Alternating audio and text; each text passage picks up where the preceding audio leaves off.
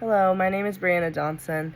The first question that I picked was think of a sport, work, or school that you've been a part of and the environmental factors that helped or hurt team effectiveness.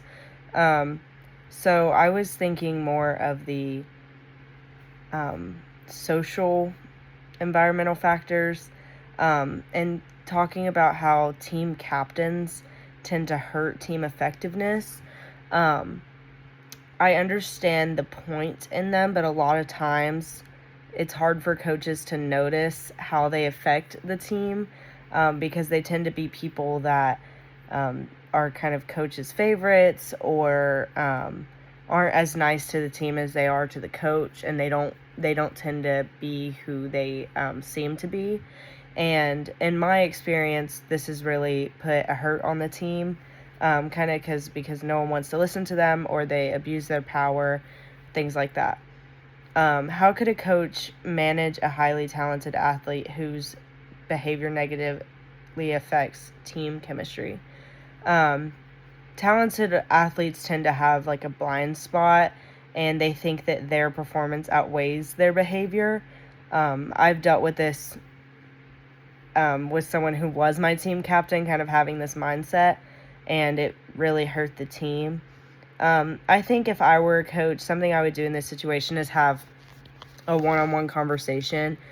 And instead of being like, you have a bad attitude, it's affecting the team, I would instead give them a specific time. Like, for example, when you rolled your eyes when their stunt fell, the crowd or the teammates stopped cheering, and that caused another team to fall, whatever. Or it really affected the whole team and the performance wasn't as good.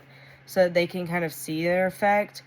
Another thing you can do is kind of like give them, if this is how their brains work, you can give them like someone to focus on, someone who maybe isn't as confident, things like that, to kind of mentor or use to like, okay, think of Sarah for an example. Sarah needs you to have a good attitude because she really feeds off of your attitude, things like that. How can differences strengthen rather than weaken a team cohesion? Um, each person can relate to someone and find inspiration in that person depending on their background and things like that. And that can really cause a team to kind of have strength in that way rather than people feeling outnumbered. So, definitely having different kinds of people is a good thing. And should college teams have formal social media guidelines or policies? Why or why not? I think they should because I'm in a sorority and we have guidelines. Professional businesses and organizations have guidelines, and athletes tend to be getting paid for these spots. And even if they're not, they should view their sport as a job and they should hold themselves to those standards because they are representing a team name.